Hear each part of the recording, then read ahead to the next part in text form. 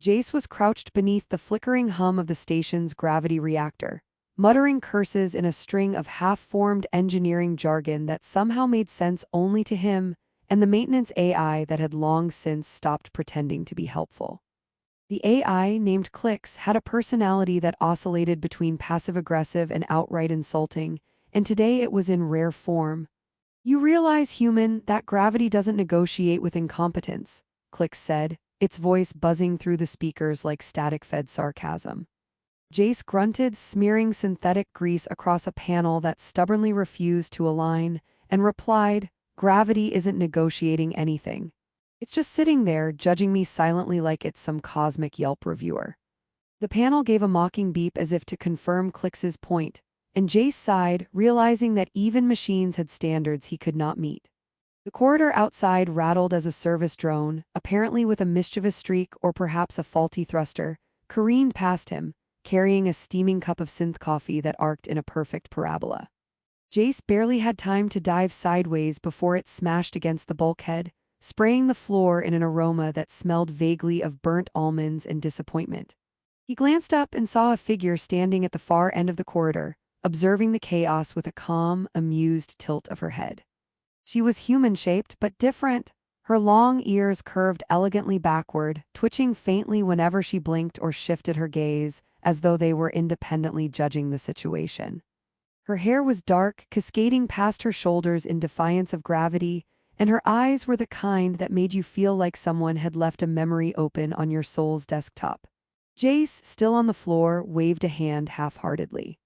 "Sorry about the coffee, it's a new station feature, free showers in caffeine form." The figure's lips twitched in the beginnings of a smile and she quipped, "I've heard of hazard pay, but I didn't know coffee showers counted as compensation." Her voice was soft but carried the lilt of amusement, a sound so unexpected that Jace almost forgot how to breathe. "I'm Jace," he said, scrambling to his feet and wiping the grease from his palms onto the sleeve of his uniform. "And you are," he knew the answer but pretended for protocol's sake. "Leora," she said, her ears flicking once in what might have been a nod or a judgment. "Widowed, bureaucratically tangled. Not actually dangerous unless provoked by station incompetence or caffeinated humans." She gestured vaguely at the coffee splatter. "I survive mostly on sarcasm and minor inconveniences." Jace laughed despite himself. "You'll fit right in here." He gestured toward the reactor where sparks still popped sporadically. "This is my little slice of chaos paradise, I call it the drama reactor.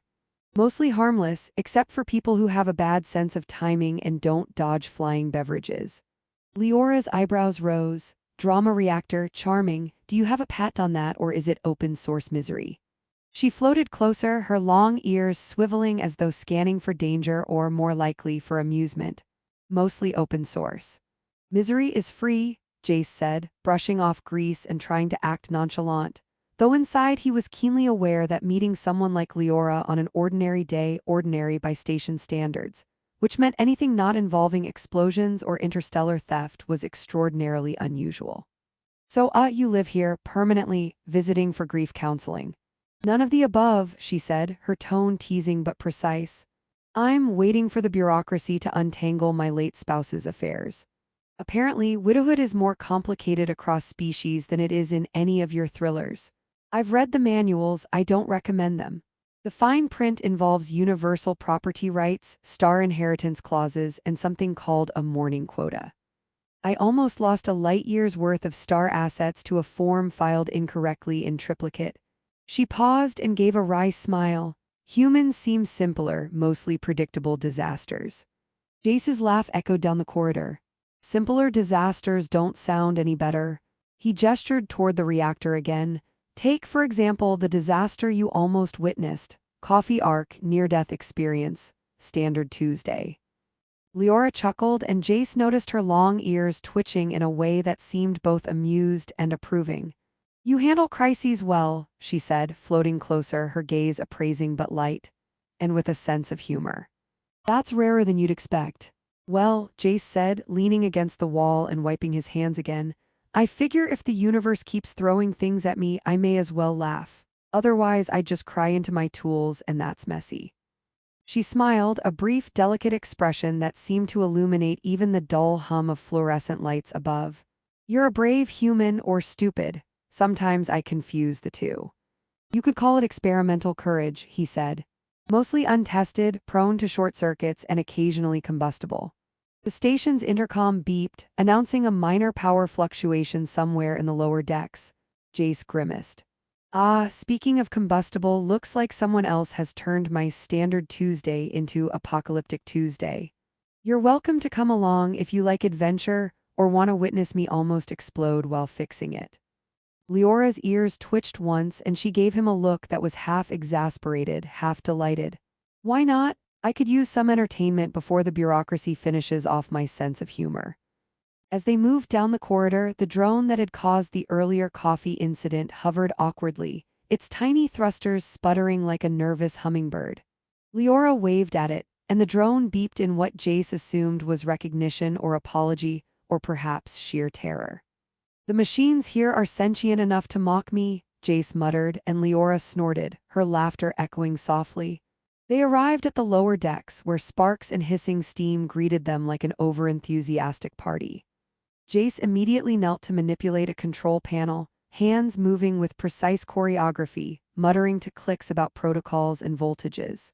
Leora stood nearby, watching, and remarked dryly, "You handle chaos like a chef handles boiling water, mostly by yelling at it until it behaves." "I prefer to call it negotiation," Jace said, eyes not leaving the panel. "Yelling is an essential tool of the trade." Her laugh filled the room again, warm and unforced. And for the first time in months, Jace realized that he wasn't thinking about the reactor's failures or Clix's incessant commentary. He was thinking about her ears twitching, about the amusement in her gaze, about the way her laughter seemed to defy the bleakness that life and loss had thrown at her. And as the sparks subsided and the steam hissed its last complaint, he found himself asking a question he hadn't meant to ask, one that felt foolish and impossible. Could someone like her, an alien, widowed, extraordinary in every way, ever consider a human like him worth trusting? She tilted her head, as if reading his thoughts before he had even spoken them aloud. "You think too much," she said softly, but her eyes held a spark of curiosity. "Or maybe I think too much. Either way, welcome to the beginning of whatever this is." Jace laughed, shaking his head, trying to appear casual while secretly feeling a strange mix of hope and disbelief. "Beginning of whatever this is," he repeated, echoing her words. He had no idea what it was yet, but he knew he didn't want to face it alone. And for the first time, amid coffee showers, rogue drones, and sarcastic AIs, the universe felt like it had just nudged him toward something unexpectedly, impossibly human. Jace woke to the soft hum of the station's life support systems vibrating through the floor and immediately wished he hadn't. Somewhere in the middle decks, a panel was making a noise that sounded suspiciously like it was laughing at him. Leora, for her part, was already awake, sitting cross-legged on a floating platform, reading what appeared to be a manual for alien etiquette that was 32% unintelligible and 68% hilarious. Her long ears twitched toward him in the way that suggested either mild amusement or calculated judgment. "You look like you wrestled a gravity wave in your sleep and lost," she said, voice light and teasing. Jace groaned and stretched, accidentally bumping into a floating toolkit that clanged against the wall. "I might have, or maybe it wrestled me, I can never tell. Gravity's got a cruel sense of humor and so do its minions." "Minions? You mean the maintenance drones?" Leora asked, raising an eyebrow. "You insult them, but they almost killed me yesterday with caffeinated projectile assault. I'd call them heroic if I were less caffeinated myself." Jace chuckled. "Heroic only if your idea of heroism is narrowly avoiding death while spilling coffee everywhere.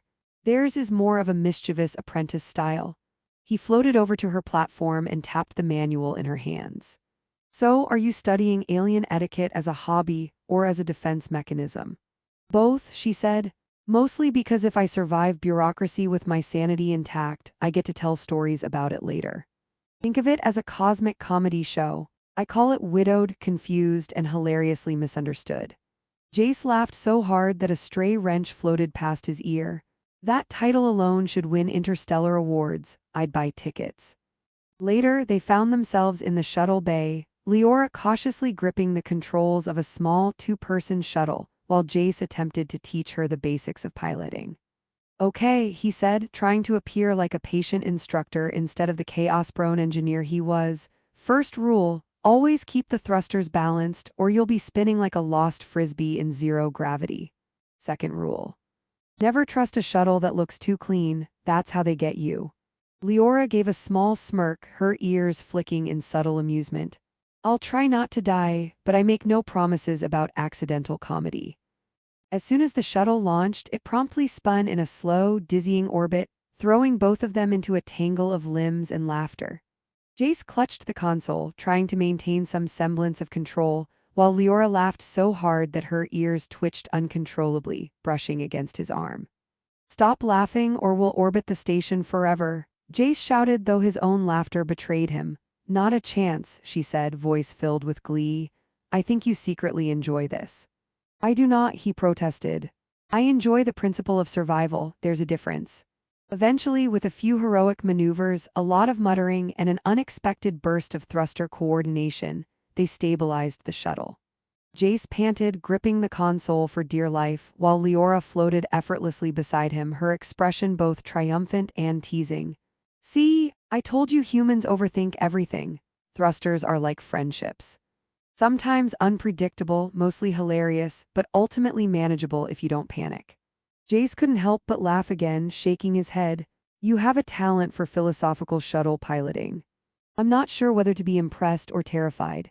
The station's intercom buzzed with announcements of a festival, something called the Intergalactic Etiquette Exhibition, where aliens from neighboring systems displayed their most ridiculous traditions. Leora groaned. I have to go, she said. Apparently, my late spouse's race believes in public grief demonstrations involving floating candles and interpretive dance. I'm not sure which is more terrifying, the grief or the dance. Jace raised an eyebrow. Sounds lively, want me to come along and provide comic relief? She twitched her ears thoughtfully. Yes, but only if you promise not to criticize alien mourning rituals. Or at least make it funny when you do. The festival was a riot of absurdity. Aliens that could bend light around themselves to appear invisible debated the ethics of owning miniature black holes. Others floated upside down, sipping glowing liquid from levitating cups. Leora and Jace moved through it with a mixture of awe and deadpan commentary. This is surreal, Jace muttered, narrowly avoiding a creature that looked like a cross between a jellyfish and a pocket-sized star. Surreal, yes, dangerous, slightly, but mostly hilarious, Leora replied, flicking her ears at a trio of arguing aliens whose debate involved literal juggling of atomic particles. Amid the chaos, Leora let slip a story about her late spouse, revealing moments of quiet affection and shared mischief that made Jace's chest tighten in ways he didn't fully understand. He wanted to say something comforting, something human and wise, but all he could manage was a nervous grin and a muttered, "Your spouse sounds remarkable." Leora's ears twitched, and she looked at him with a mixture of surprise and amusement. Not so remarkable that I can't appreciate new companions, she said lightly, though the glimmer in her eyes betrayed the weight of what she meant. Their laughter and clumsy dodging of festival chaos made them an unintentional team, and when a small commotion erupted, a miniature experimental creature had escaped its containment and was now skittering through the crowd. Jace and Leora instinctively sprang into action. Jace grabbed a containment net, and Leora, with her ears twitching like finely tuned sensors, calculated the creature's unpredictable trajectory. Together, they corralled the creature, and in the process, their hands brushed, sending a jolt of awareness through Jace that he could neither define nor ignore.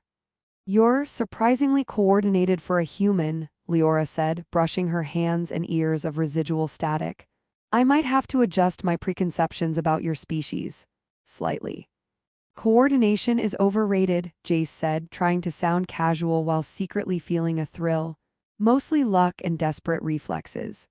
Later, as the festival wound down and the lights of the station flickered against the backdrop of distant stars, they floated together in the shuttle bay, catching their breath and watching tiny meteorites streak past the viewport.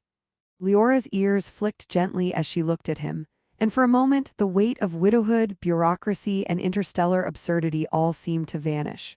You know, she said softly, almost to herself, I didn't think I'd find anything worth laughing about today. And yet here you are, chaos incarnate, human humor intact, strangely comforting. Jace felt his own chest tighten and laughed, nervously rubbing the back of his neck. I think I might be feeling the same way. Don't let it get to your head or anything, I'm very humble under pressure. Leora tilted her head, ears twitching in mock suspicion. I'll try not to, but this is nice. Strange, improbable, and nice. As they floated in the quiet hum of the station, surrounded by distant stars and residual festival chaos, Jace realized that life with Leora was going to be unpredictable, hilarious, and maybe, just maybe, worth risking the occasional shuttle-induced heart attack. He didn't know what the future held, only that he wanted to discover it alongside her, one laugh and one absurd disaster at a time. The alarm buzzed softly, a subtle but persistent reminder that the station had somehow decided the middle of the morning was the perfect time for a minor crisis. Jace groaned from his perch on the observation platform, staring out at the glimmering stars and wondering why cosmic emergencies always seem to have impeccable timing. Leora was already there, arms crossed, leaning against the rail, her long ears flicking slightly as though assessing the universe and deciding it was not quite meeting her standards. I see, she said, voice dry but amused, that humanity still prefers dramatic entrances to calm mornings. Dramatic entrances are my specialty, Jace replied, attempting to stretch and only succeeding in knocking a floating wrench into a corner. And apparently yours too, you've been up for hours, plotting interstellar mischief perhaps. Leora smirked. No mischief today, well maybe a little. The rogue faction that's been meddling with my late spouse's estate has decided to escalate. And by escalate I mean they've somehow turned paperwork into a tactical threat. You know, the usual bureaucracy with lasers. Jace raised an eyebrow. Paperwork with lasers, that's a new one. I might actually be impressed if I weren't concerned about survival. She laughed, the sound so natural it made the low hum of the station feel warmer. Don't worry, I have plans. You just need to be charmingly chaotic in the right moments. You're perfect for that. Moments later, they navigated the lower decks together. A well-rehearsed dance of dodging security drones, avoiding laser-tagged forms, and improvising ridiculous holographic disguises. Jace wore one that made him appear as a floating banana, something he insisted was strategic intimidation, while Leora's projection made her appear like a dignified, if slightly shimmering, three-headed cat. The faction agents were thoroughly confused, and for a while the only casualties were their dignity and the occasional spilled hollow ink. You know, Leora said as they ducked behind a console, ears twitching, I used to think humans were simple. Mostly predictable, often loud, but you're complicated in the best way, messy, fearless, and very inconvenient for anyone trying to ruin my day. Jace grinned, his hands sticky with hollow ink. Messy, fearless, inconvenient, that's me in a nutshell, but you're something else entirely. I never thought a widowed alien woman could be so unexpectedly disarming. She tilted her head, ears flicking in amusement. Disarming. That's a new one. I usually get exasperatingly clever or mildly terrifying, but I'll take it. By the time the rogue faction was thoroughly disoriented and retreating into the ether of bureaucracy, Jace and Leora found themselves on a quiet observation deck, floating side by side, the chaos of the station behind them. He realized, with a curious mixture of relief and disbelief, that he had changed. He was no longer merely a cynic hiding behind humor and gadgets. He had learned to navigate uncertainty, to trust instincts, and most surprisingly, to care about someone else's safety and happiness with an intensity he hadn't expected. Leora glanced at him, her eyes reflecting the distant light of 1,000 stars. You've been different lately, she said softly. More present, less afraid of the universe's absurdities. I like it, I like you. Jace's heart skipped and he laughed nervously. I've been thinking about a lot of things, about boundaries, species differences, grief, all of it, and I realize that sometimes the universe doesn't follow the rules we think it should. Sometimes it gives you a chance to be ridiculous and happy at the same time. Her ears twitched with curiosity, and what chance is that exactly? He swallowed, feeling both ridiculous and sincere. The chance to be with you. To maybe marry you if you'd let me, widowed or not, alien or human, I don't care. I just know that I want to try if you do. For a moment silence hung between them, heavy with possibility. Then Leora's lips curved into a smile, warm, accepting, and tinged with incredulity. You're serious? she asked, ears flicking as if the universe itself had whispered the question. Yes, Jace said, voice firm despite the nerves fluttering in his chest. Absolutely serious, completely ridiculous but serious. She laughed, a sound that filled the quiet deck and made even the distant hum of the station seem cheerful.